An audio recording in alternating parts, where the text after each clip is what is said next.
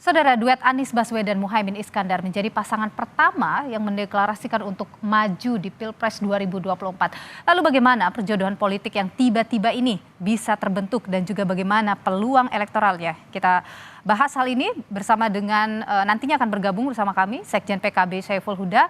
Tapi saat ini sudah bergabung melalui sambungan Zoom ada Direktur Eksekutif Carta Politika Indonesia yakni Yunarto Wijaya dan juga ada pengamat politik dari Universitas Airlangga Pribadi. Selamat petang Bung Toto dan Pak Airlangga, sehat selalu. Selamat petang. Baik, nanti kita akan masih kita coba untuk bisa bergabung dengan Syaiful Huda ya. Tapi saya ingin ke Mas Toto dulu. Jadi Mas Toto, kalau Anda lihat apa yang terjadi ini, apakah memang Muhaimin Iskandar ini akan mampu mengisi apa yang diharapkan oleh Nasdem, yaitu mendulang suara di Jawa Timur, Jawa Tengah gitu? Ya, logikanya memang itu yang dipercaya oleh teman-teman Partai Nasdem ya, bahwa ketika bicara mengenai Anies Baswedan, kelemahannya ini adalah basis Jawa Tengah, Jawa Timur, lalu segmen NU.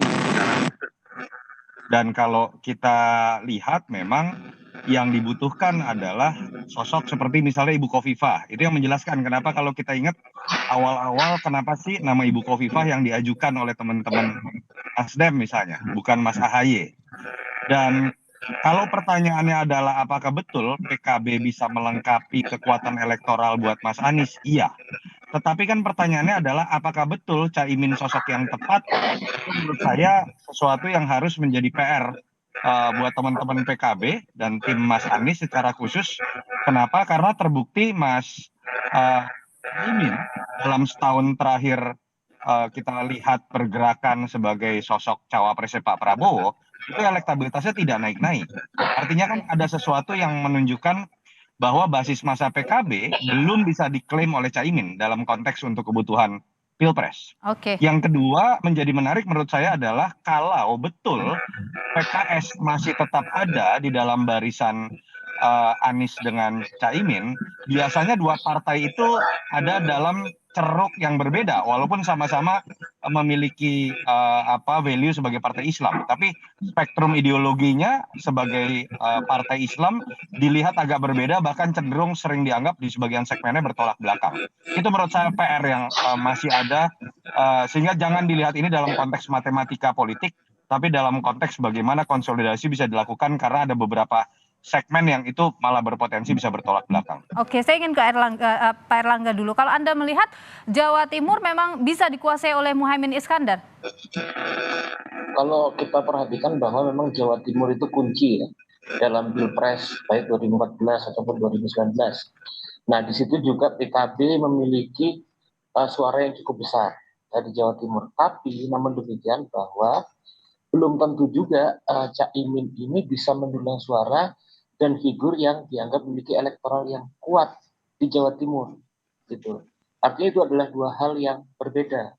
Nah, saya pikir bahwa terkait dengan duet Anies dan Muhaimin ini memiliki banyak persoalan. Tadi sudah disebutkan oleh Bung Yunianto Wijaya bahwa salah satu persoalannya adalah dua partai ini mewakili representasi konstituen yang berbeda, baik dalam konteks perspektif keislamannya ataupun pilihan politiknya, misalnya bahwa yang satunya PKB selama ini berorientasi pada cenderung mendukung pada kepemimpinan Pak Jokowi, tapi sebagian Mas Anies sendiri cenderung memilih tagline-nya perubahan dan berada sebagai posisi yang kritikal terhadap kekuasaan.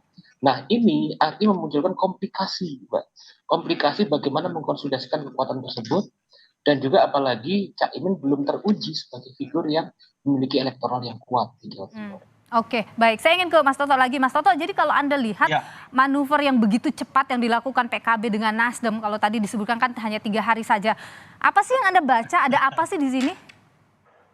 Ya, ini lebih kepada kemenangan pertarungan di antara Surya Paloh dengan SBY atau AHY menurut saya. Yang kedua, ini adalah cara bagaimana kemudian PKB juga memenangkan pertarungan di level elit. Bagaimana kemudian masuk dalam exit strategi ketika merasa kecewa, merasa dibuang oleh Pak Prabowo, dan kemudian menemukan sebuah solusi. yang tetap menempatkan Caimin sebagai cawapres sesuai dengan hasil muktamar.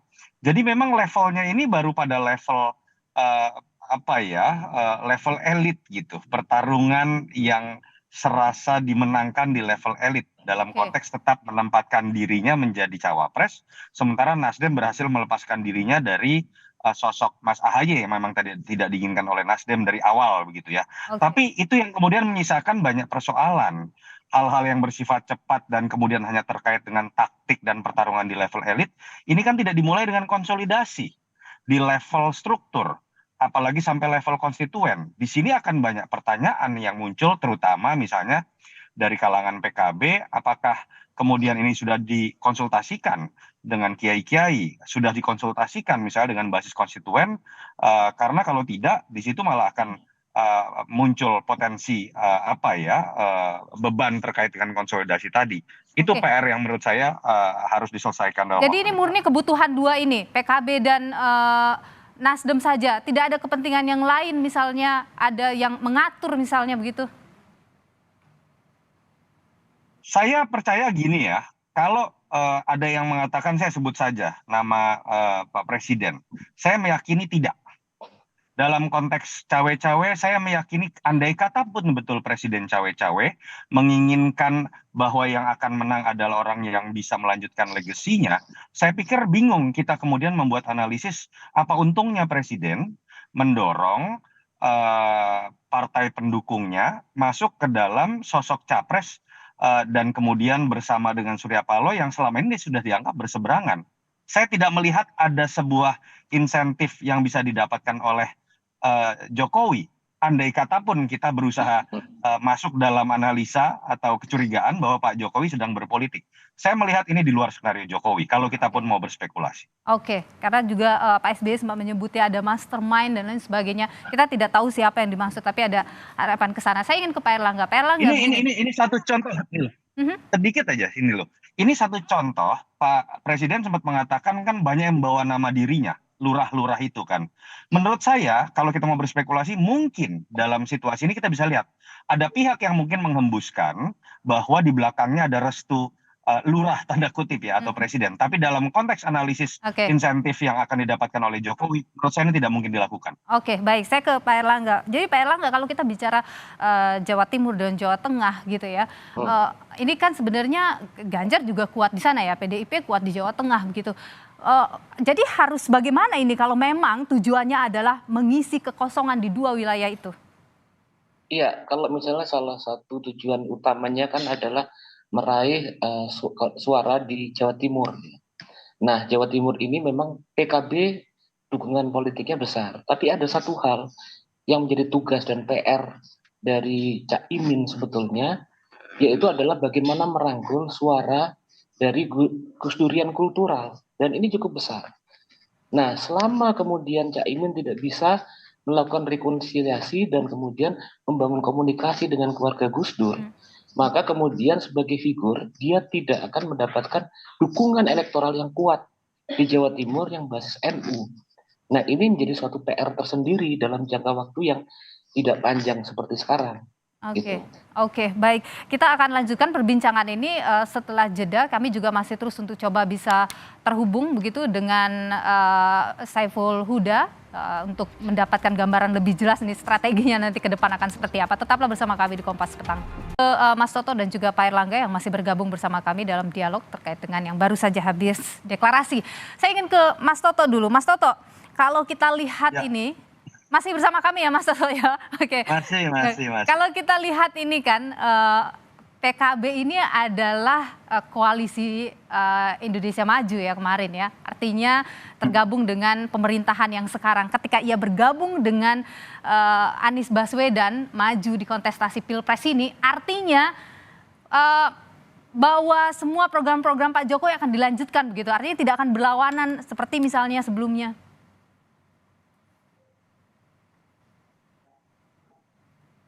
Halo? Ya, Mas Toto bisa dengar saya? Iya, barusan agak keputus suaranya, Mbak. Oke, saya ulang pertanyaannya ya. Jadi kalau Ya, kita lihat PKB misalnya ini kan adalah koalisi ya, Indonesia Maju, koalisi yang tergabung dalam pemerintahan begitu. Sekarang bergabung ya. dengan Anies Baswedan. Itu artinya eh, Anies dan Muhaimin ini bisa saja terus melanjutkan apa yang sudah Pak Jokowi kerjakan begitu ya, kalau Anda lihat. Saya melihat malah tidak ya. Pertama tadi, itu kan menyambung pertanyaan Niluh tadi ya, apakah ini ada mastermind-nya, orang menduga Jokowi. Tadi Caimin sudah menjawab tuh secara tidak langsung, belum pernah bertemu, Ya. setelah deklarasi juga tidak Tapi bertemu. tadi saat pidato Yang Muhaimin Iskandar sempat kedua, menyebut ya nama Pak Jokowi. betul. Yang kedua, tapi begini, kalau masuk ke pertanyaan terkait dengan apakah ini akan melanjutkan, yang masuk itu adalah Caimin ke dalam koalisi perubahan. Saya nggak tahu namanya akan berubah atau tidak. Oke. Dan yang menjadi panglima atau operator dalam sistem presidensial itu adalah presiden atau calon presiden dalam konteks pemilu. Jadi harusnya ini dimaknai memang Caimin masuk dalam koalisi perubahan, tertarik dengan visi misinya Mas Anies. Yang harus ditanyakan adalah bagaimana pertanggungjawaban Caimin ketika awal-awal dulu berbicara mengenai keberlanjutan, konsisten dalam koalisi pemerintahan Jokowi. Apakah ada perubahan sikap, misalnya dari PKB setelah masuk ke dalam koalisi perubahan?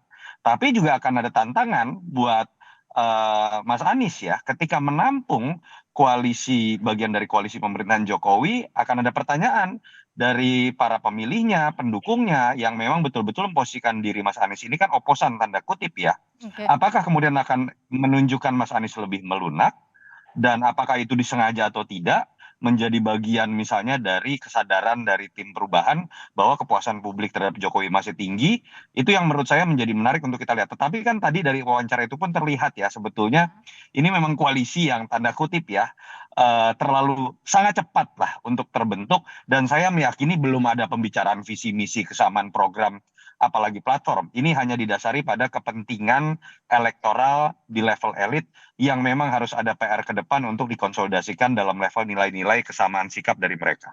Oke, jadi belum tentu begitu ya membawa apa yang sudah Pak Jokowi lakukan sebagai presiden. Saya ingin ke Pak Erlangga. Pak Erlangga, kalau kita bicara survei dari keduanya ini ya, Anies yang berada di posisi 3, kemudian Muhaimin Iskandar ini kan surveinya masih 0, ya. Kalau terakhir Litbang Kompas melakukan survei itu. Bagaimana nih strateginya supaya bisa mengerek survei atau elektoralnya Muhaimin Iskandar di sisa waktu yang sedikit ini? Iya, kalau kita lihat bahwa baik Mas Anies sendiri itu bukan berada pada top ya di ranking ketiga dan Caimin sendiri masih belum masuk ke dalam kandidat yang 3 besar dari Cawapres. Nah, ada persoalan atau PR utama yang harus diselesaikan dulu. Pertama bahwa pasangan ini ibaratnya itu kalau dalam perkawinan satu sama lain memiliki karakter yang sangat berbeda, membutuhkan penyesuaian-penyesuaian. Penyesuaiannya sendiri harus dilakukan dalam jangka waktu yang cepat. Ini masalah. Dan kedua, dan gimana hal itu sangat berpengaruh terhadap konstituen-konstituen dari masing-masing pihak. Bisa jadi kalau tidak bisa diselesaikan persoalan penyesuaian itu, justru pendukung-pendukung utama dari baik Mas Anies ataupun Cak Imin bisa jadi bergeser pindah ke pasangan yang lain. Gitu. Itu jadi persoalan. Dan kedua, kita juga lihat bahwa NU ini memiliki banyak figur dengan faksi-faksi politik yang berbeda-beda. Oke. Salah satu PR utama dari Cak Imin adalah bagaimana membangun rekonsiliasi dan deal dengan kelompok Gus Durian yang pengaruhnya cukup besar di Jawa Timur. Oke. Belum lagi dengan juga dengan tokoh-tokoh NU yang lain. Oke. Sehingga PKB itu sebetulnya partai yang secara institusional kuat besar, tapi kemudian figur Cak Imin sebagai ketuanya belum tentu menjadi figur yang memiliki elektoral yang besar. Baik. Banyak sekali PR bagi pasangan Anies dan Muhaimin ini untuk sampai pada Pilpres 2024. Baik. Ya. Tentu ini jadi challenge buat Nasdem dan PKB ya, bagaimana kemudian bisa memenangkan kontestasi Pilpres 2024. Terima kasih Pak Erlangga Pribadi, pengamat politik dari Universitas Erlangga, dan juga Bung Toto Yunarto Wijaya, Direktur Eksekutif dari Carta Politika. Sehat selalu Bapak-Bapak. Terima kasih Nilo, makasih Mas Erlangga.